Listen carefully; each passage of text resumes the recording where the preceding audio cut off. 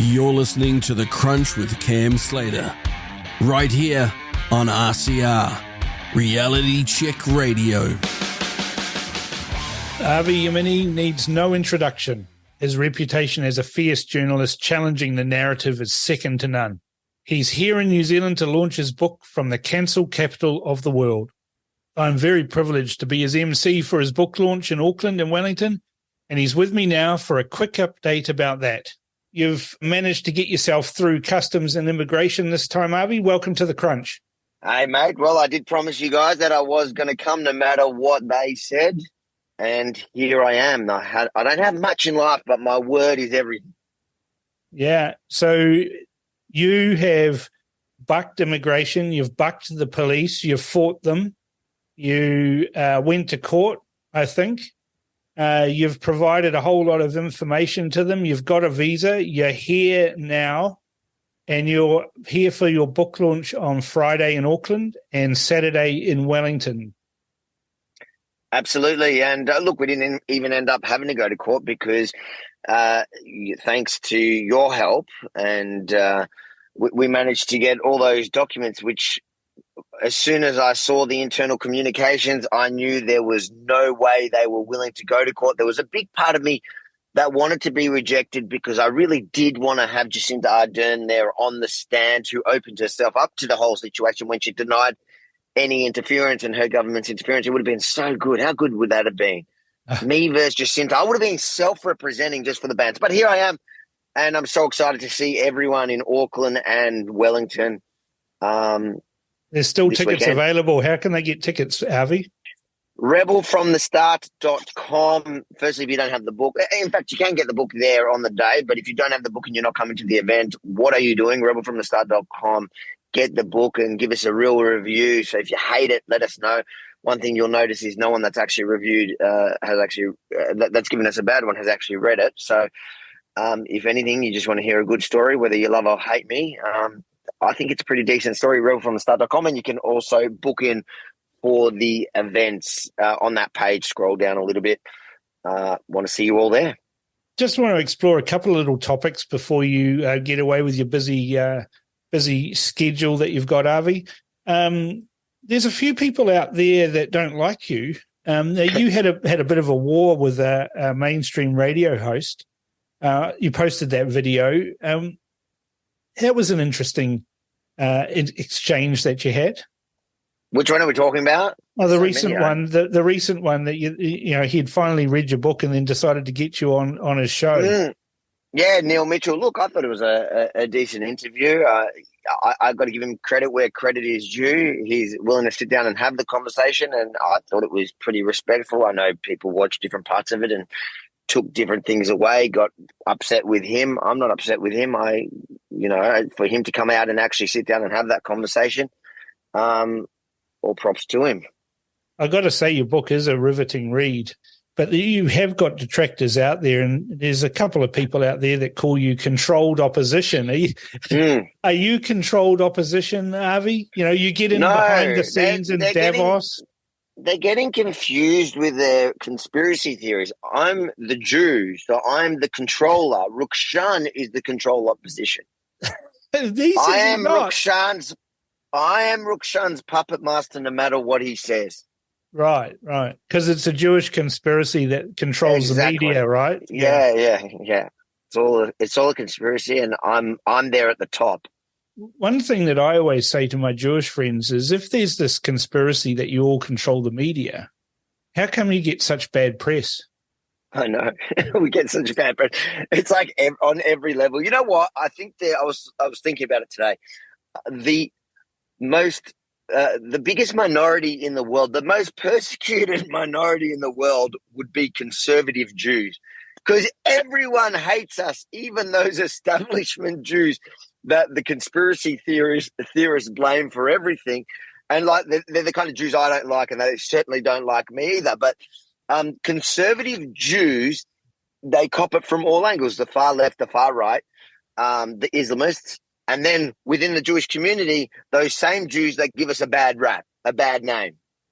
Yeah, I'm confused by all of these conspiracy theories. It just goes round and round and round and round in circles. Aren't you just speaking truth to power like journalists are supposed to do? I'm trying to. And there's, no one tells me what to think or say. Oh, well, a lot of people try telling me what to think and what I'm allowed to think, like the rest of the public. But I have my own brain, and I think I approach things from a common sense perspective. And if I get it wrong, which I have, I'm happy to be the first to pull myself up on it and apologize for getting it wrong or recognizing that I get it wrong. But I think I mostly get it right, hey? Well, I think we need to change our pronouns to "I told you so." Exactly. And we're seeing that happen increasingly as people are getting sick and, unfortunately, people dying. And it looks like we were right all along, but they still don't want to admit to that. No, that's the difference between us and them. Well, that's one of the differences. The other difference is when you talk about controlled opposition, I think that those that are controlled are really, you just got to, that old, follow the money. You can follow the money in my case. There ain't much of it.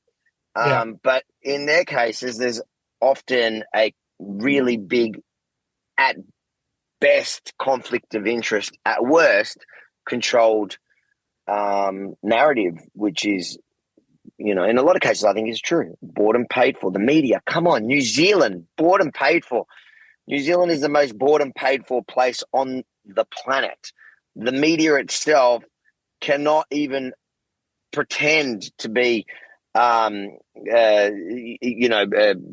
balanced, and uncontrolled. The bloody government owns at least what they publish because through all the funding that they give them. So I don't, somebody asked me today, how dare you call New Zealand North Korea? I go, you know what? I actually have more respect. And when I say New Zealand, I'm not talking about the people of New Zealand. I'm talking about the government. I have more respect for the North Korean government than I do the New Zealand government, because at least the North Korean government are honest about what they are. The New Zealand government pretends like they're a Western democratic country. Remember, I was banned from coming for my propensity to incite people with other views. I know. Don't forget that. Yeah, that's exactly what they said in the black and white. Their words, not mine. Their words, not mine. And I love how the media tries to, oh no, you just filled in paperwork wrong.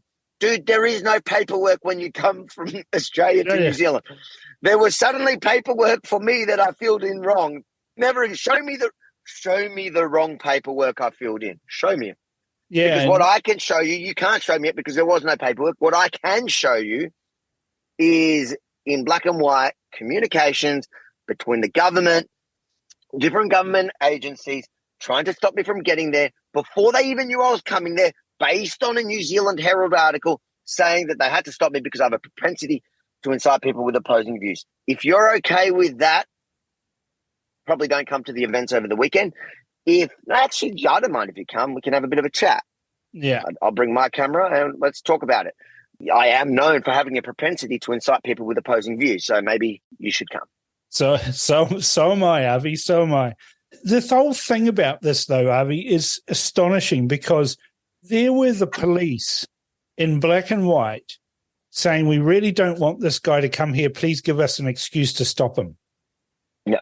In black and white. Now, in black and white. Who are the people who told the police to do that? Well, I think it was the New Zealand Herald, because if you follow the timeline, there was firstly that article, and then through that article, they requested comment from the government, which requesting comment in the way that they did it is basically more like instructing the government, hold on, are you in fact, if you look at the publication, the original publication, they were explaining why they can ban me, all the reasons, the powers the government has to ban me. Yeah. That's not a question. That's an order. And, I think that incestuous relationship between the government and the media in New Zealand, it goes both ways.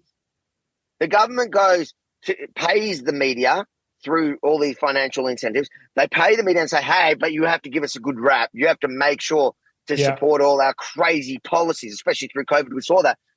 And then the media turns around and says, oh, hold on. There's somebody that's stolen all the eyeballs and woken up too many people in Australia who's coming in. You need to stop this guy. And look at all these powers you have. Why are you not stopping him? And boom, they stop him.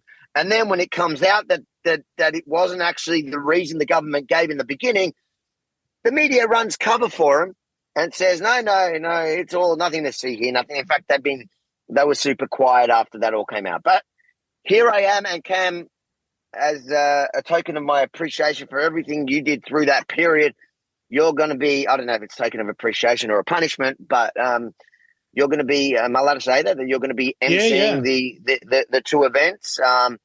Hopefully they run smoothly, but But we're controlled opposition, so we'll control the narrative. Either way, it'll be a night with a propensity to incite people with opposing views. I freaking love that tagline. I think I might steal the government's tagline. It's like one of my mates who's one of the top bloggers in New Zealand. He had a former Prime Minister's husband write a letter to the editor about him, saying that it just seems that he likes to foment happy mischief. I love it. Yeah. Hey, Cam, I've probably got to back out in a minute. Yeah, just one thing before you go, Avi, because I know you're busy, trying to foment happy mischief in New Zealand. I can't talk to you because I can't incite you. You don't have opposing views. Go on. Oh, I think we have opposing views. Look, there's one, you're talking about the government in New Zealand funding media, and there's he's a lawyer. He uses a pseudonym because, it's like in New Zealand. He's brave. Yep. Yeah, he's brave. But he's been outlining in the last couple of days and just dropped a whole lot more, yesterday, where he has, under the Official Information Act, gathered documents that show that the government approached Television New Zealand, which is the state television broadcaster, owned 100% by the government, about a special relationship, and they actually used that word, relating to climate change back in 2022, and they signed the documents on the 31st of October in order to coincide with COP27, where they have orchestrated government ministers and various other people like Greenpeace, etc., to create a narrative around COP27 where there's interviews by John Campbell and other TV hosts in New Zealand that are very well known, and it all appears that it's completely orchestrated, paid for, or sponsored content that was never told to viewers that never declared. What does that make TVNZ, and what does that make the government? Corrupt. Corrupt. That's it. That is it. That you cannot speak truth to power when you're running those kinds of when you're setting it up like that. You're not holding anyone accountable. You're not asking tough questions. You, as a media organization, by the definition of what you're supposed to be doing, you are corrupt. As a government, who's supposed to just put out the policies and allow free and open press by controlling the media like that, that's corrupt. So there is no other way to describe that. It gives you an example, right, of what they did. It's pure political propaganda. They wanted out of TVNZ a full 1-hour climate special screened in primetime television. This is the government telling the state-owned broadcaster what they wanted. Then online content hosted on their websites with a dedicated web page, digital banners, logo placement, and pre-roll commercials playing before the video content. That is so mad. Right? That is insane.